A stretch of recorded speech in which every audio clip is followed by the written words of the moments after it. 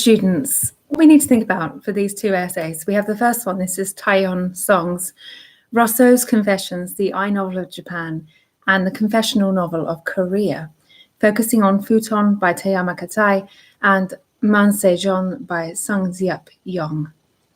So this is a really interesting article, and obviously it focuses only partially on Futon, but I want you to think as you read it, what is Song arguing about the link between the confessional genre in general and the way that that evolved through the 17 and 1800s into the I novel? So what's the link there? That's your big question.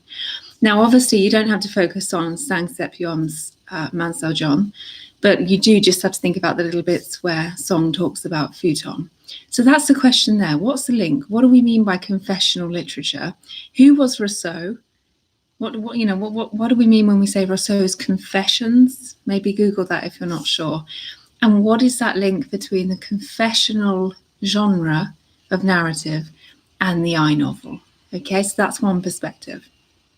Perspective two is if we look at Tomi Suzuki's article. This is Love, Sexuality and Nature, Taeyama Katai's Quilt. They're calling it Quilt. Note that this is the translation of Futon into English, and Japanese naturalism.